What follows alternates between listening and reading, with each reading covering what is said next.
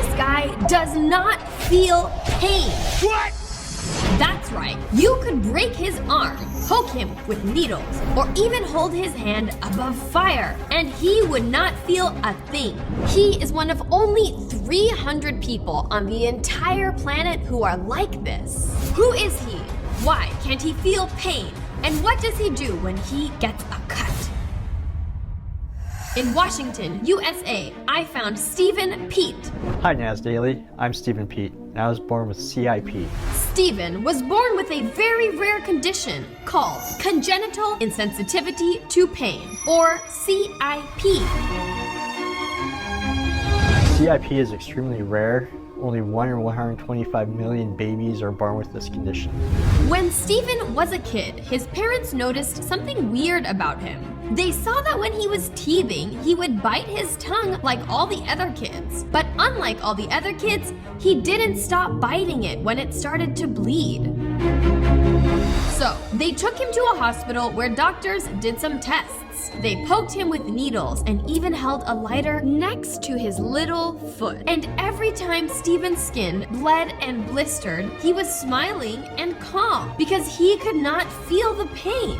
Back then, nobody knew about my condition. Doctors predicted I wouldn't live past 7, 11, or 15 years of age. That's why when Stephen was growing up, he was reckless. He would jump from high places, push dares to the extreme, and do really dangerous stunts on his bike, all because he knew nothing could hurt him. My 25th birthday, so it was a good night. Well, it was supposed to be a good night. I just slammed my foot right into the wooden beam in the kitchen, and then I woke up like 3 o'clock in the morning, and that's when I noticed my foot was just swollen massive. Yeah. Stephen has broken more than 80 bones in the 40 years he's been alive. And over the years, he's realized that it's a miracle he survived.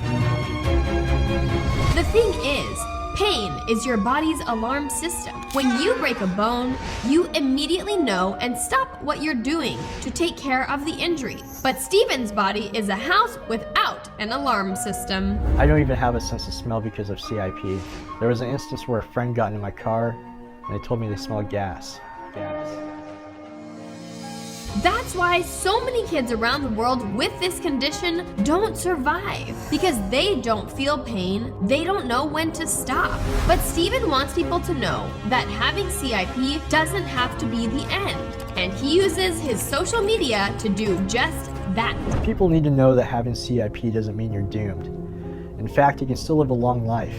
I use social media to find other people throughout the world with similar conditions to mine, and to let them know that, like myself, I don't allow the condition to define who I am. Stephen's story has given me a new appreciation for pain.